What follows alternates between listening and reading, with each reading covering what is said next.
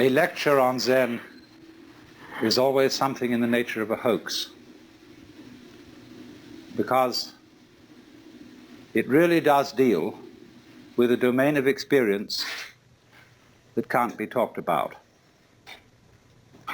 But one must remember at the same time that there's really nothing at all that can be talked about adequately.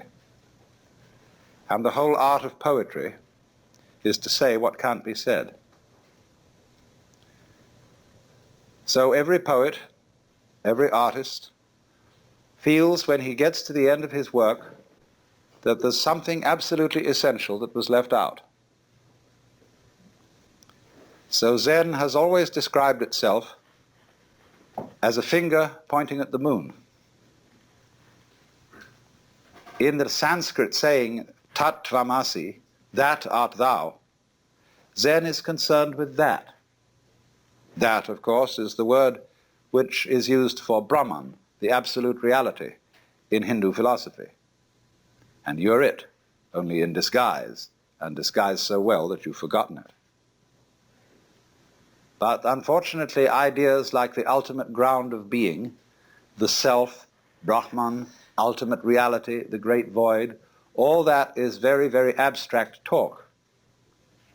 And Zen is concerned with a much more direct way of coming to an understanding of that, or thatness, as it's called, tathata, in Sanskrit. So Zen has been summed up in 4 statements. A direct transmission outside scriptures and apart from tradition. No dependence on words and letters. Direct pointing to the human mind, and seeing into one's own nature and becoming Buddha.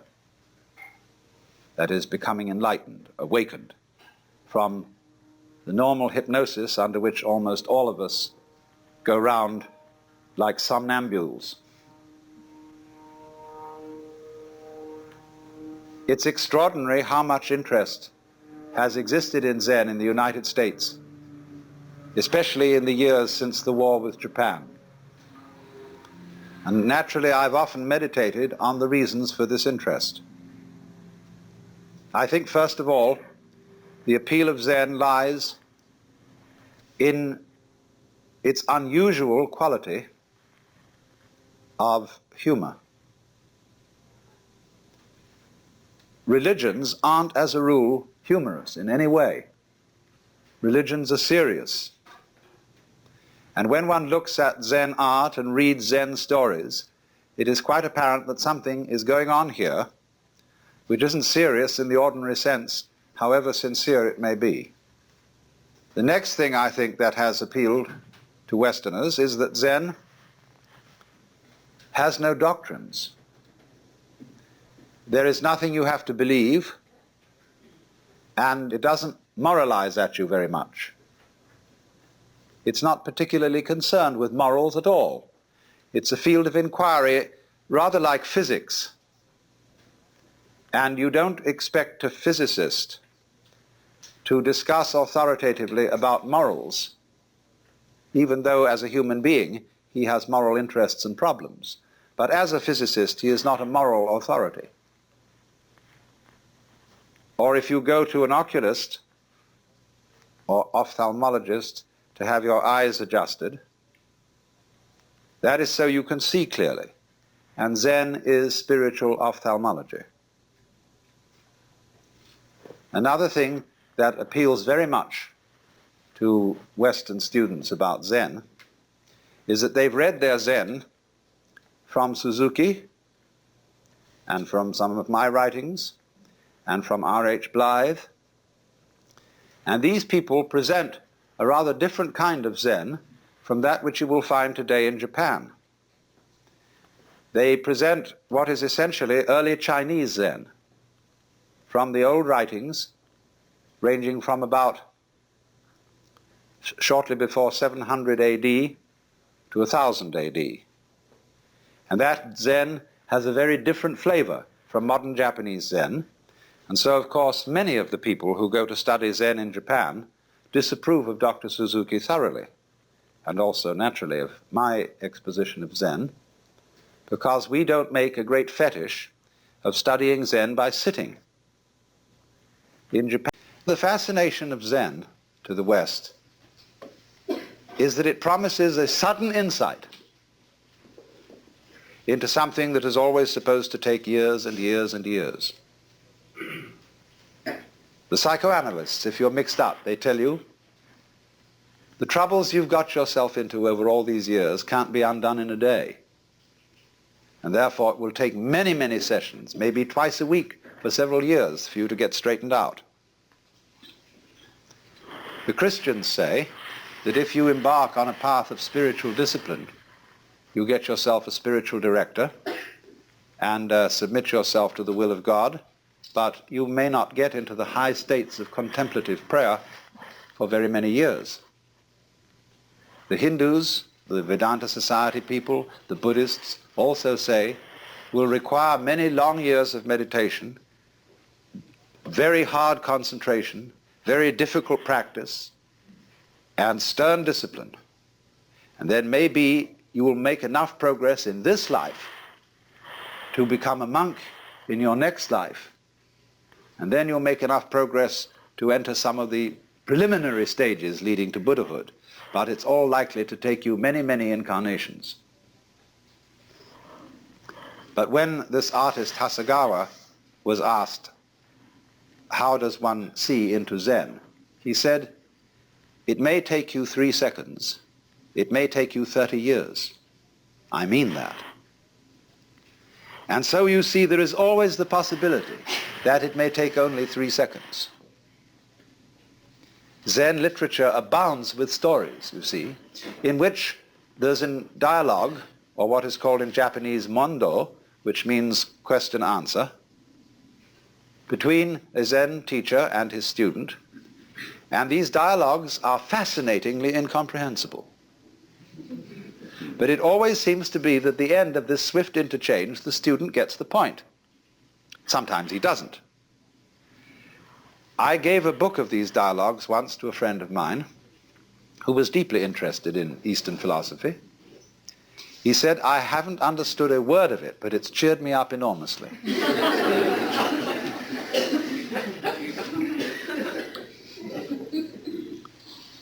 So this book called the Mumonkan, which means the barrier with no gate, or the gateless gate, contains such stories as the student, I say student rather than monk, because Zen students are not monks in our sense of the word monk. Our monks take life vows of poverty, chastity, and obedience. And to make the grade, you're expected to spend your whole life in the monastic state. But I call the Zen monk a student because he's more like a student in a theological seminary. He may stay much longer than the usual 3 years. He may stay 30 years or so. But it's always possible for him to leave with dignity and to graduate and to go into lay life or become a regular priest who keeps charge of a temple, can get married and have a family. And only very few graduates of a Zen monastery become Roshi. That Roshi means simply old teacher. That is the man in charge of the spiritual development of the students. So one of these students in the book says to the master Joshu, I have been here in this monastery for some time and I've had no instruction from you. The master said, have you had breakfast? Yes. Then go wash your bowl. And the monk was awakened. Now you may think that the moral of this story is do the work that's nearest, though it's dull at whiles, helping when you meet them, lame dogs over stiles.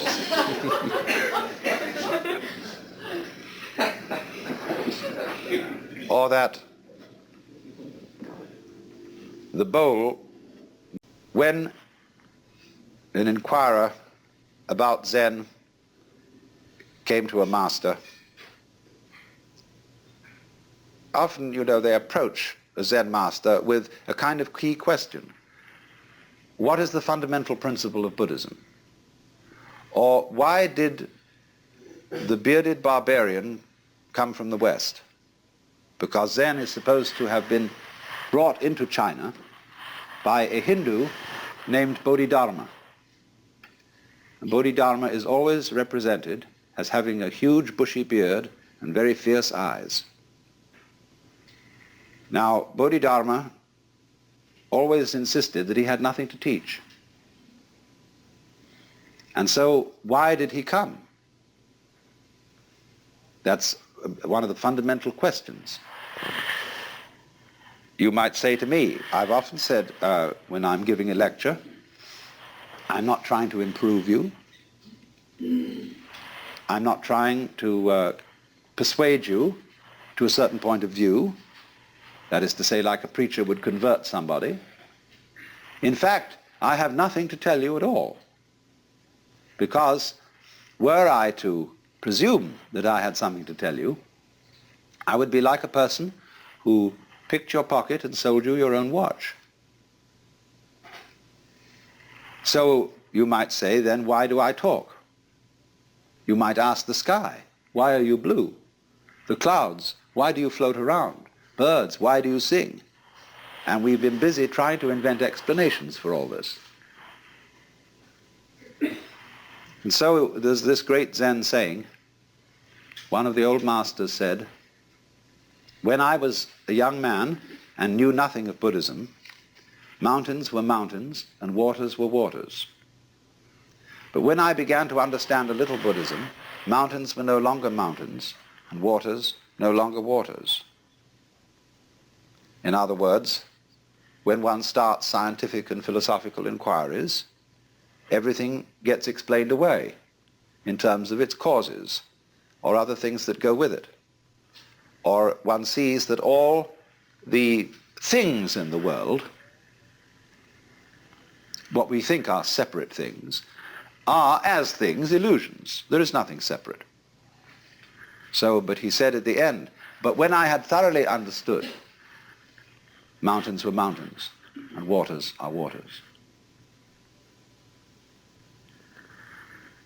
So, this is what's called direct pointing.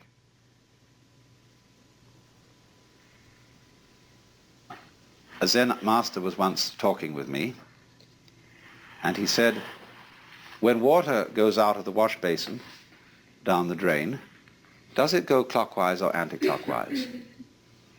And this was all phrased in the middle of a very ordinary conversation, and it just seemed like a speculative question.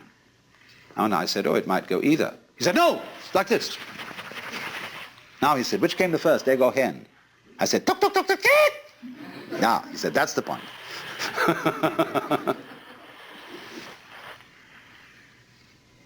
Now, it is saying too much, I warn you, to say that Zen is trying to point to the physical universe so that you can look at it without forming ideas about it. That is saying too much, but it is the general idea. It's in the direction of being the right idea. Zen people speak of the virtue of what they call mushin, which means no mind, or munen, no thought. That red lantern says munen on it, no thought. This is not an anti-intellectual attitude. The ordinary simple person is just as bamboozled by thinking as a university professor. You can think intellectually in a no-think way. That's the art. It doesn't mean not to have any thoughts at all. It means not to be fooled by thoughts, not to be hypnotized by the forms of speech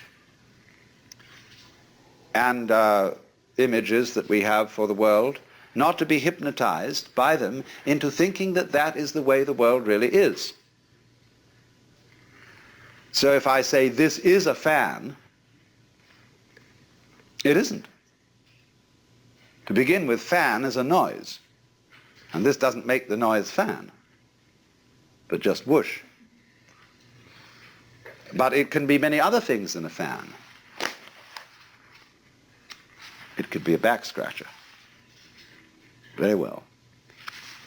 All sorts of things. Don't let words limit the possibilities of life. Actually, this fan has an inscription on it written by a Zen master who is 100 years old. And it says, "I don't understand, I don't know anything about it." So that goes back to the story of Bodhidharma, that when he first came to China, sometime a little before 500 AD, he was interviewed by the Emperor Wu of Liang. The emperor was a great patron of Buddhism and said, "We have caused many monasteries to be built, monks and nuns to be ordained, and the scriptures to be translated into Chinese. What is the merit of this?" And Bodhidharma said, "No merit whatever."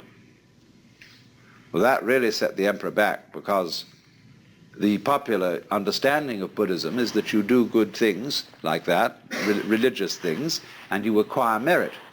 And this leads you to better and better lives in the future, so that you will eventually become liberated. And so he was completely set back, so he said, well, what is the first principle of the holy doctrine? And Bodhidharma said, vast emptiness and nothing holy. Or in vast emptiness there is nothing holy. So the emperor said, who is it then that stands before us? The implication being, aren't you supposed to be a holy man? And Bodhidharma said, I don't know. So the poem says, plucking flowers to which the butterflies come, Bodhidharma says, I don't know. And another poem like it, if you want to know where the flowers come from, even the god of spring doesn't know. So anybody who says that he knows what Zen is a fraud. Nobody knows. Just like you don't know who you are. All this business about your name and your accomplishments, your certificates, what your friends say about you, you know very well that's not you. But the problem to know who you are is the problem of smelling your own nose. When the great Japanese master Dogen came back from China in about the year 1200 to bring his school of Zen into Japan, they asked him, what did you learn in China? He said, the eyes are horizontal, the nose is perpendicular.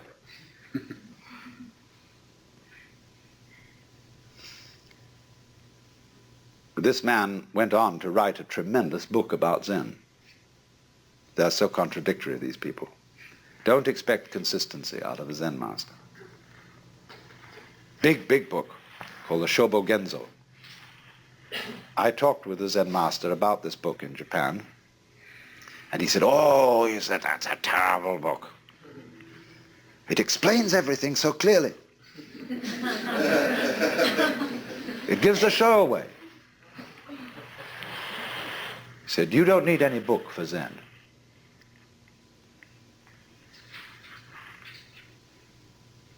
So you see, it is this kind of way of going about things, this method of Zen, that has so fascinated the West. And everybody who reads about Zen wonders if somehow, you see, this understanding is right under your nose. You know how it is, sometimes you get a crowd of people to come into a room, and you put something in the room that's absurd. Like suppose there was a balloon floating on the ceiling. People could come in and not notice it at all. Or, you know, somebody puts on something weird, some kind of a funny necktie or something. And you say to a person, well, Haven't you noticed? A woman in a new dress, you know? Haven't you noticed? I said, well, no, what is it? What is it? You know, it's right under your nose. They're staring you in the face, but you don't see it. And Zen is exactly like that.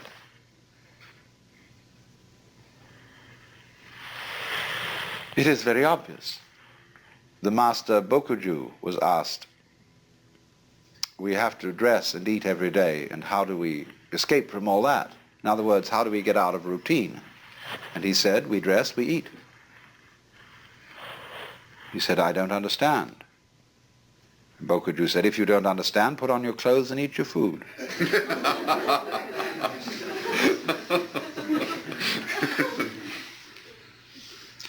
Another Zen master in quite recent times was interviewing a student. You see, all these stories I'm telling you are connected, and what I want you to do is to grasp intuitively the connection. I was interviewing a student, a Western student, and he said, get up and walk across the room. He got up and walked and came back. He said, where are your footprints?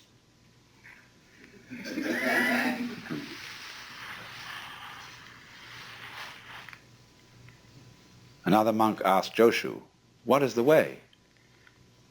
Tao in Chinese, the Tao. He said, your everyday mind is the way. How do you get into accord with it? He said, when you try to accord, you deviate.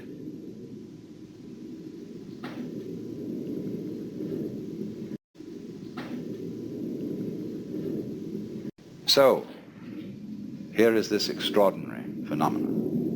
Now let me say, having presented you with all these fireworks, let me say a few sober things about Zen as a historical phenomenon.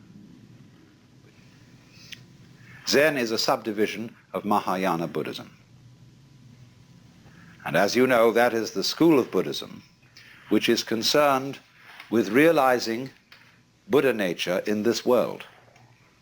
Not necessarily by going off to the mountains or by renouncing family life, everyday life, etc., as if that were an entanglement, but realizing in the midst of life the possibility of becoming a Buddha.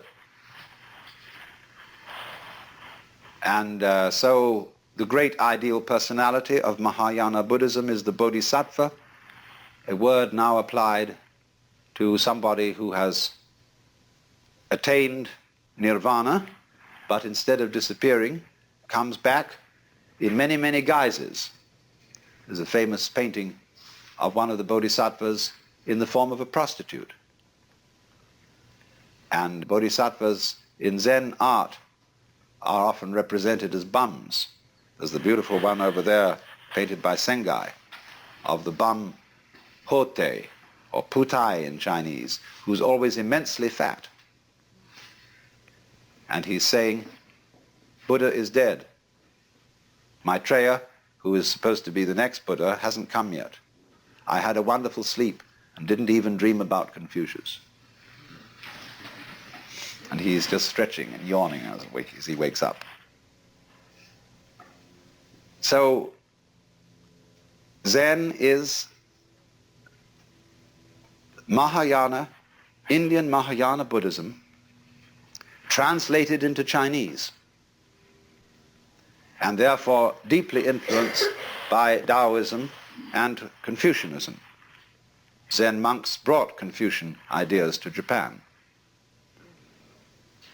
And the origins of Zen lie actually around the year 414, at which time a great Hindu scholar by the name of Kumarajiva was translating with a group of assistants the Buddhist sutras into Chinese. One of his students taught that all beings whatsoever have the capacity to become Buddha, to become enlightened, even rocks and stones, and that even heretics and evildoers have the Buddha nature or Buddha potentiality in them. And everybody said he was a dreadful heretic. But then a text called the Nirvana Sutra came from India, which said precisely that. So everybody had to admit that this man was right. He also began to teach that awakening must be instantaneous. It's a kind of all or nothing state. I don't mean that there aren't degrees of its intensity, but once you see the principle, you see the whole thing. As they say, when the bottom falls out of the bucket, all the water goes together. Those men then promulgated the way of sudden awakening. Bodhidharma came later, and he is supposed in legend to have been followed by a line of 6 patriarchs, of which he was the first. The second was named Eka, I'm using the Japanese pronunciation, who was formerly a general of the army. Then the third was Sosan, who wrote the Shinjinmei, which is the most marvelous little summary of Buddhism in verse. And so on till they came to Eno, the 6th patriarch. You know perhaps more familiarly his Chinese name, Huineng. He died in 715 AD. He's the real founder of Chinese Zen, the man who synthesized the whole thing and was at least his collected discourses are contained in what is called the Platform Sutra. And any student of Zen should read the Platform Sutra. But Eno really fused Zen with the Chinese way of doing things. And he emphasized very thoroughly, do not think you are going to attain Buddhahood by sitting down all day and keeping your mind blank. Because a lot of those students who practiced dhyana, which is the Sanskrit for Chan, which is the Chinese for Zen, which is in turn Japanese, means meditation, or contemplation perhaps would be a better translation in English. And everybody thought that the proper way to contemplate, so this was Eno's principle. As I said, he died in 715, and he left 5 very great disciples who taught substantially the same sort of thing. But as things go, then these disciples had disciples, and those disciples had disciples, and there's a genealogy. And Zen broke into what are called 5 houses. And these, some of them didn't go on. Zen went on in 2 main forms. One is called, by the Japanese, Rinzai Zen, after the great master Rinzai, who lived towards the end of the 9th century. And the Soto school comes from another line, and they have a slightly different emphasis. Soto is more serene in its approach, Rinzai more gutsy. Rinzai people use the koan method in Zen study. Soto people don't, at least not in the same way. But this period between the death of the 6th patriarch, Eno, and about the year 1000 is the golden age of Zen. These were the really formative years. And after that, Zen began to decline in China. It became mixed up with other forms of Buddhism, and it suffered the fate of many, many forms of meditation type or yoga type discipline. It got a little bit sidetracked into occult and psychic matters, what are called in Buddhism siddhi, or the development of supernormal powers. For Zen, this is completely beside the point. But it got involved with Chinese alchemy, with Taoistic alchemy, and all sorts of foolishness in that direction. But a very strong strain of Zen went to Japan, the first being in about 1130, the monk Eisai, and then about 1200, the monk I told you about, Dogen, who founded the great, beautiful, gorgeous, voluptuous monastery at Eiheiji, which exists to this day. Now, in this golden age of Chinese Zen, the main method of study was walking Zen rather than sitting Zen. All monks were great travelers, and they walked for miles and miles through fields and mountains, visiting temples to see if they could find a master who would cause their spark to flash, to get what is called in Mandarin Wu, or in Japanese Satori, or in Cantonese This always rather fascinates me, the way this character is written. The word I in Chinese is sometimes represented. In this morning's talk, I was going into some of the fundamental features of Zen, and today I want to concentrate on that aspect of Zen practice which is called in Chinese Mo Che Chu, or going straight ahead. A master who was once asked, "What is the Tao, the way?" replied, "Walk on." Actually, go. As we say, go man, go. Go, go.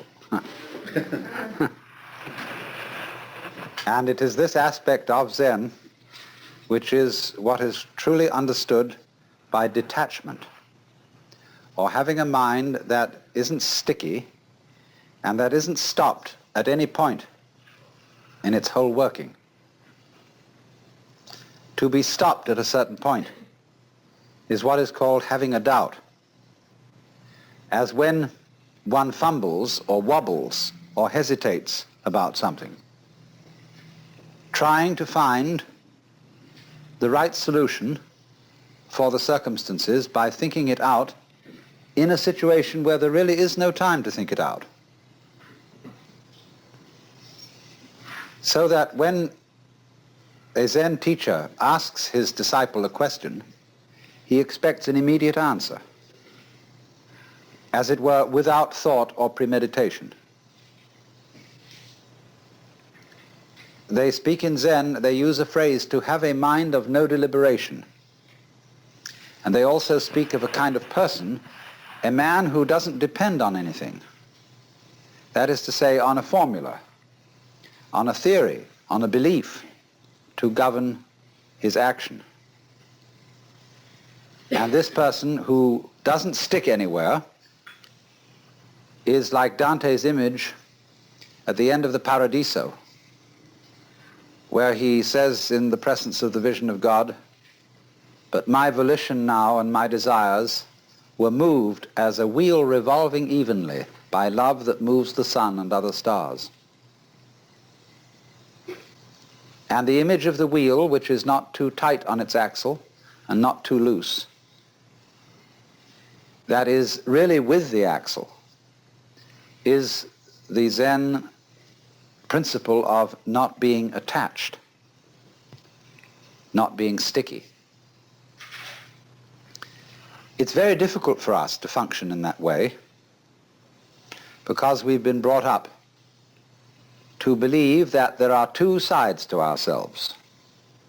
One, the animal side, and the other, the human and civilized side.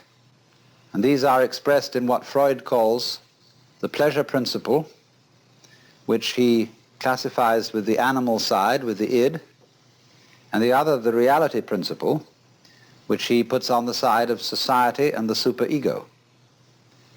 And man is so split that he is in a constant fight between these two. Theosophists sometimes speak of our having two selves, the higher self, which is spiritual, and the lower self, which is merely psychic, the ego. And therefore the problem of life is to make the one self, the higher one, take charge of the lower, as a rider takes charge of a horse.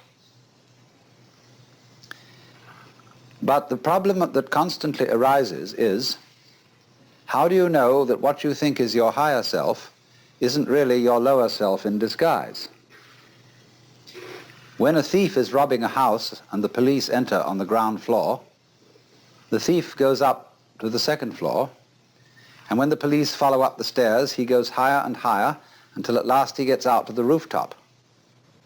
And in the same way, when one really feels oneself to be the lower self, that is to say, to be a separate ego, and then the moralists come along, they are of course the police, and say, you ought not to be selfish, then the ego dissembles and tries to pretend that he's a good person after all. And therefore one of the ways of doing this is for the ego to say, I believe I have a higher self. And I would say, why do you believe that? Do you know the higher self? No, if I knew it, I would behave differently. But I'm trying to get there. Well, why are you trying to get there? Well, then the police wouldn't come around. Then the moralists wouldn't preach at me. Then I could feel that I was doing my duty, behaving as a proper member of society. But all this is a great phony front. If you don't know that there is a higher self, and you believe that there is one, on whose authority do you believe this? You say, oh, such and such a teacher, Buddha, Jesus, Shankara, the Upanishads, said that we have a higher self. And I believe it. Catholics sometimes say they believe their religion because they're told to, and they have to be obedient. The Catechism starts out, the Baltimore Catechism, it starts out, we are bound to believe that there is but one God, the Father Almighty, creator of heaven and earth, etc. And they make jokes about the Protestants and say, they don't have real authority in Protestant church because everybody interprets the Bible according to his own opinion. But we have an authoritative interpretation of the Bible. But this always screens out the fact that it is fundamentally a matter of your own opinion that you accept the authority of the church to interpret the Bible. You cannot escape in all matters of belief from opinion. In other words, it must become clear to you that you yourself create all the authorities you accept.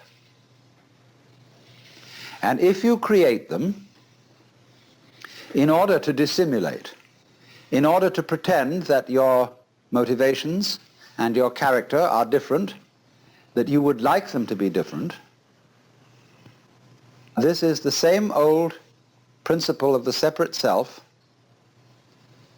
trying to improve itself so that it will live longer or survive in the spiritual world or attain the riches and the progress of enlightenment. And the whole thing is phony.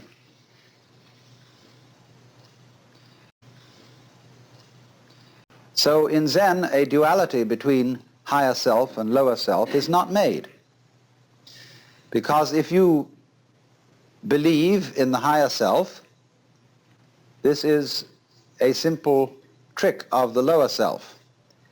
If you believe that there is no really lower self, there is only the higher self, but that somehow or other the higher self has to shine through, the very fact that you think that it has to try to shine through still gives validity to the existence of a lower self.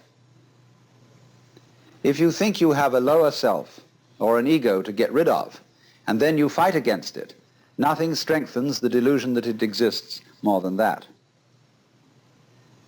So this tremendous schizophrenia in human beings of thinking that they are rider and horse, soul in command of body, or will in command of passions, wrestling with them, all that kind of split thinking simply aggravates the problem.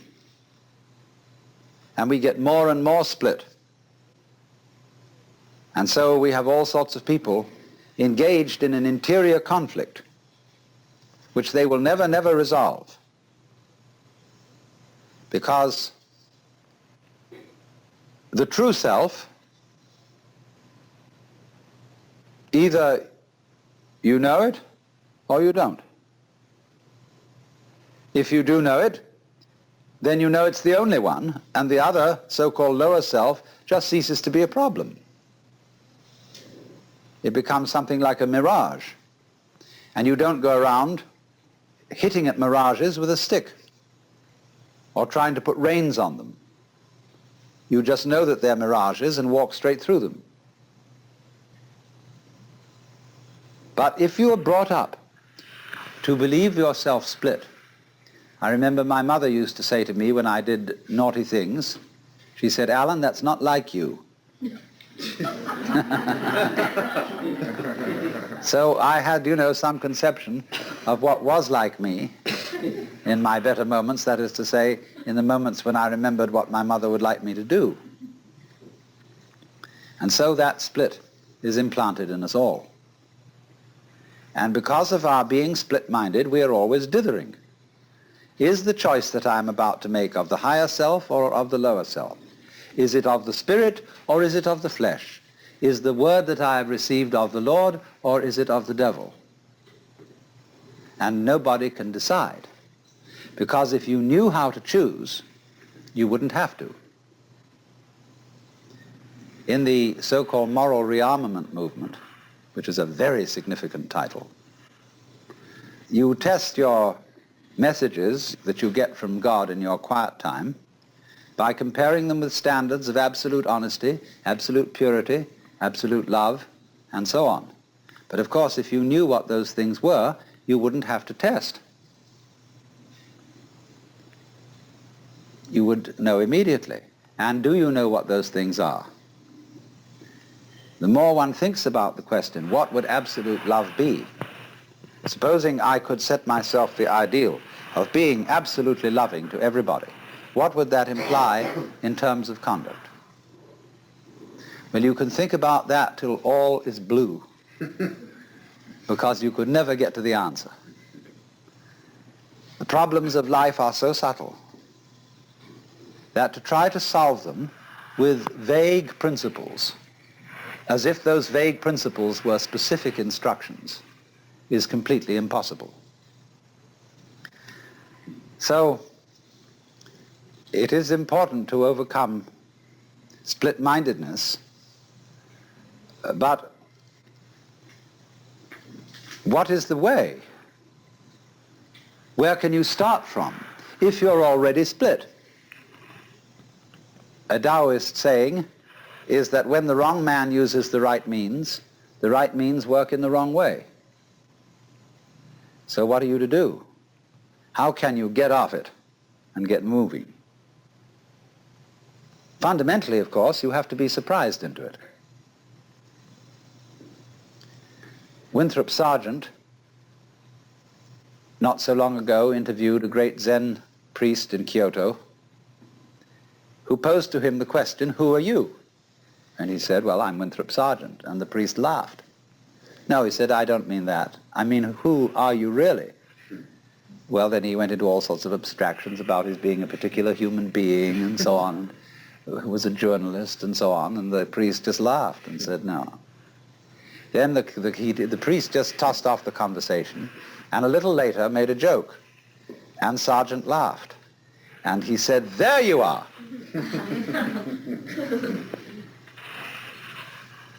There was an army officer who once came to a Zen master and said, "I have heard a story about a man who kept a goose in a bottle, and it was growing very rapidly, and he didn't want to break the bottle and he didn't want to hurt the goose, so how would he get it out?" The Zen master didn't answer the question at all, but simply changed the subject. Finally, the officer got up to leave, and he went over to the door, and suddenly the Zen master called out, "Oh, officer!" And he turned around and said, "Yes?" The master said, "There, it's out."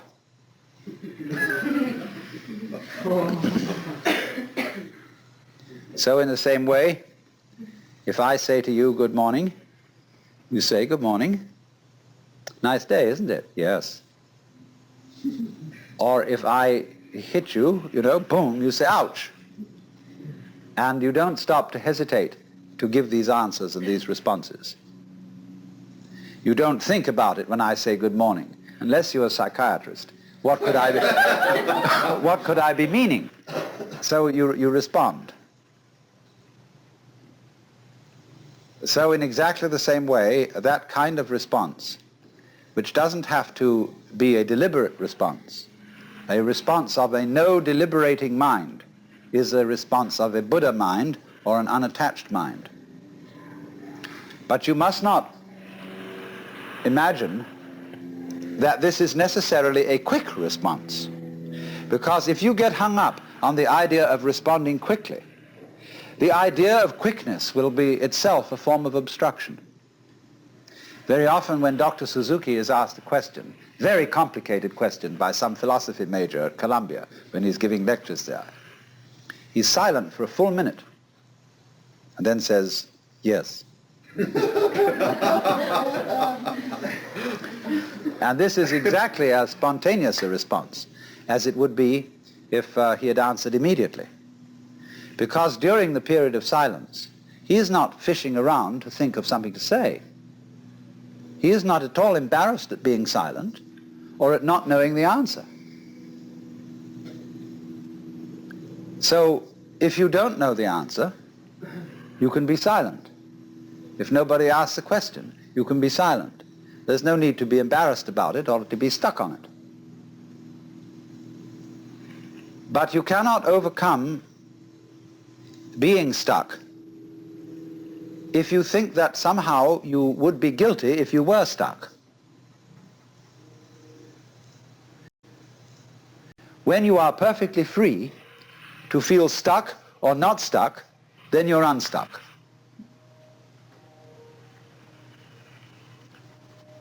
Because actually, nothing can stick on the real mind, and you will find this out if you watch the flow of your thoughts.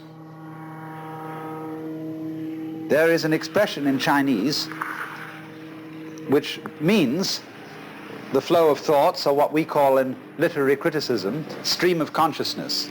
And they put the character for thought 3 times. Nyan, nyan, nyan. And so you will notice that thought follows thought follows thought when you are just ruminating. And those thoughts arise and go like waves on the water. All the time, they come and go. And when they go, they are as if they had never been here. So actually, this shows your mind doesn't stick. Really. You can get the illusion of it sticking by, for example, cycling the same succession of thoughts over and over again. And that gives a sense of permanence in the same way as when you revolve a cigarette butt in the dark. You get the illusion of there being a solid circle, although there is only the single point of fire. And it is from this connecting of thoughts that we get the sensation that behind our thoughts there is a thinker who controls them and experiences them. Although the notion that there is a thinker is just one member in the stream of thoughts. For example, if you get a certain kind of rhythm that goes diggy diggy diggy diggy boop, diggy diggy diggy diggy diggy boop, diggy diggy diggy diggy diggy boop, diggy diggy diggy diggy diggy boop, the boop is part of the rhythm. But it can be used as a cue. So you get, in relation to diggy diggy diggy diggy boop, you get thought, thought, thought, thought, thinker, thought, thought, thought, thought, thought, thinker. And if this happens regularly enough and long enough, you get the illusion of there being someone who thinks, apart from the stream of thoughts which come and go, the stream of experiences. And we use such absurd phrases, not only as thinking our thoughts, but feeling our feelings, seeing sights and hearing sounds. But you must understand it is perfectly obvious that seeing a sight is seeing. hearing a sound is hearing. Feeling a feeling is feeling. So in the same way, thinking a thought is thinking. But you get split-minded, you see, and so you get I and me and the I who ought to or must control me as a sensation of some real entity that stands aside from thoughts and chooses among them, controls them, regulates them, and so on. Actually, this is a way to have one's thoughts not controlled.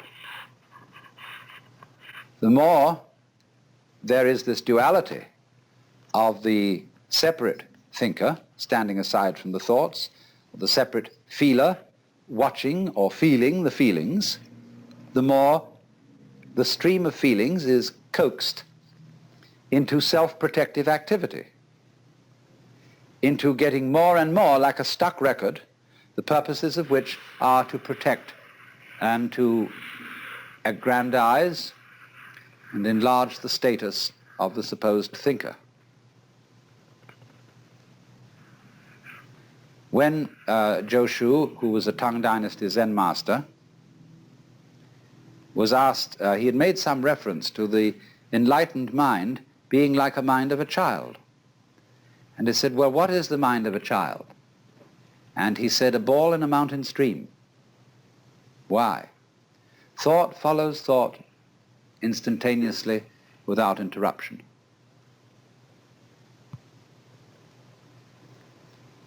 So the saying, walk or sit as you will, but whatever you do, don't wobble. Now, we can see this very clearly from confusions we can get into in activity. I have just said we can see this very clearly from confusions we get into in activity. What kind of a statement is that?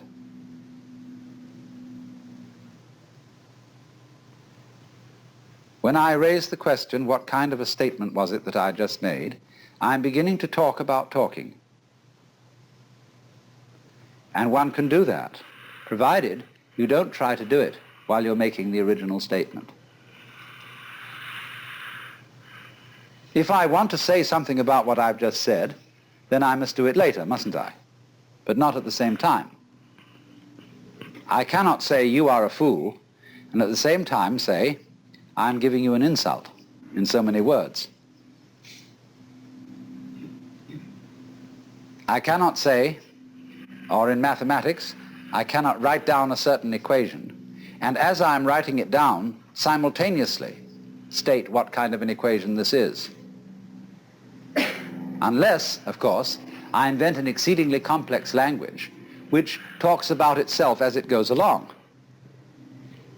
But in the ordinary way, people get completely mixed up by that. In the middle of being about to say to somebody anything, you start to think about whether this is the right thing to say, and you start wobbling. You get, in other words, too much feedback. And too much feedback makes any mechanism go crazy. So in the same way, when you are very, very aware of a difference between the deeds and the doer while doing the deeds is always sort of commenting on them, the doer never really gets with it.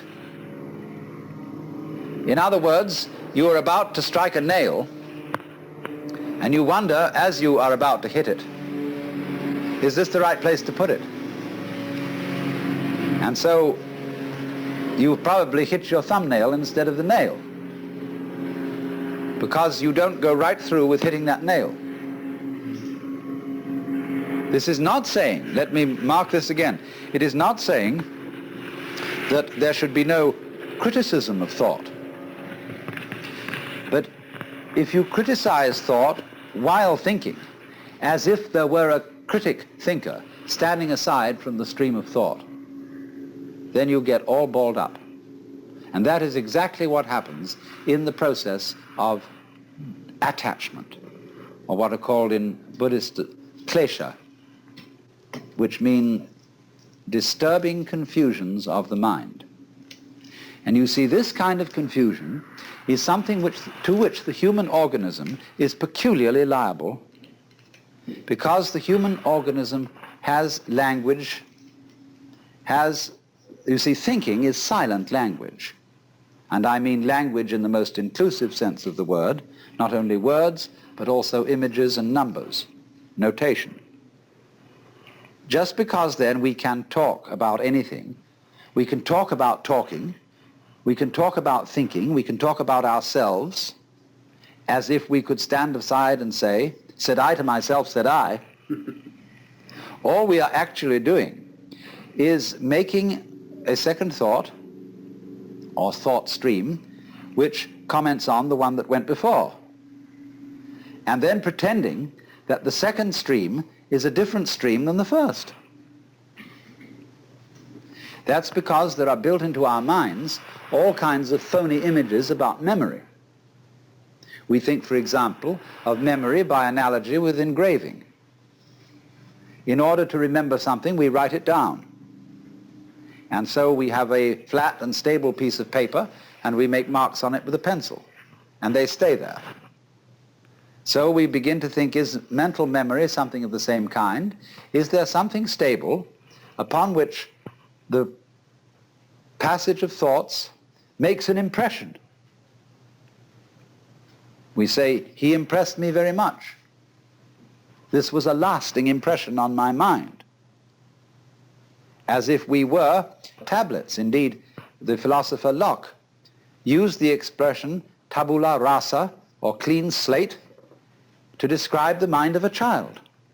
This is a mind which has not yet collected any memories, as if there were some sort of surface which accumulated these things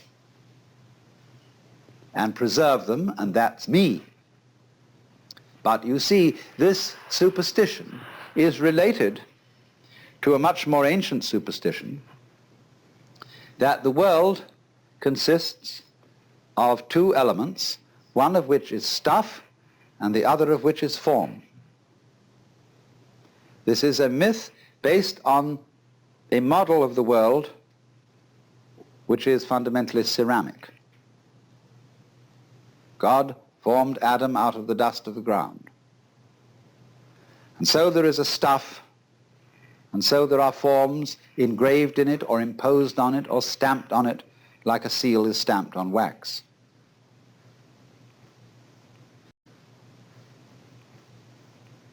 What is stuff like apart from form? What is form like apart from stuff?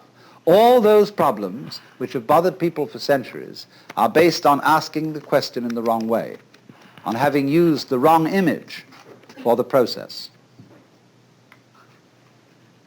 Actually, since nobody ever saw a piece of shapeless stuff, and nobody ever saw a piece of stuffless shape, the whole thing really is saying that they are the same. And there isn't any necessity even to think of a difference between them. Even the contrasting words, form and substance, or form and matter, are a nuisance. There is process.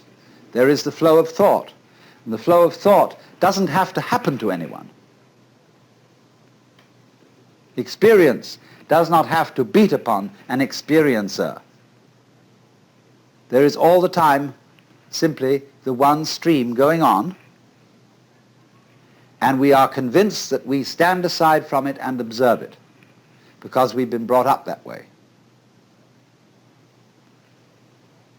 But you know, in your stream of thought and experience, I am an object, and a very fleeting and passing one. And consequently also in my stream of experience, you also are people who come and go. We are all, you see, living in the same world. We think there is me and there is an external world round me, but I am in your external world and you are in my external world. And if you think about that, you see we are all in one world, going along together. There isn't really the internal and the external. There is simply the process. It's very important to get rid of that illusion of duality between the thinker and the thought. So find out who is the thinker behind the thoughts. Who is the real, genuine you? And so one of the methods that is used is shouting. The Zen master would say to a student, now, I want to hear you. I want to hear you say the word mu and really mean it. Because I want to hear not just the sound, but the person who says it. Now produce for me that. He says, mu! And the Zen teacher says, no, no, not yet. Mu! And he says, it's only coming from your throat. I want to hear your belly, you know? And always, you see, it'll never come while the person is trying to make a differentiation between a true mu and a false mu.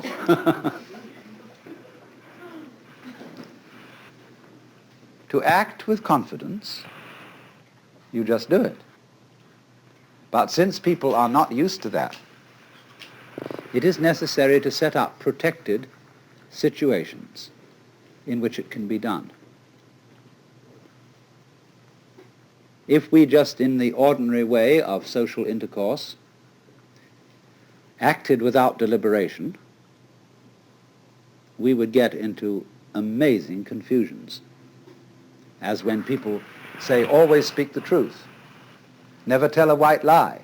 And they say exactly what is true and what they think about other people. Well, they can raise a great deal of trouble.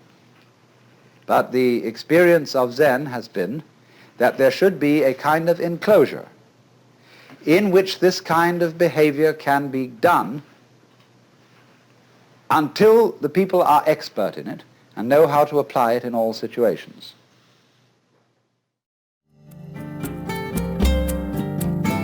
This concludes Session 7 of Out of Your Mind, Essential Listening from the Alan Watts Audio Archives. Our program continues with Session 8.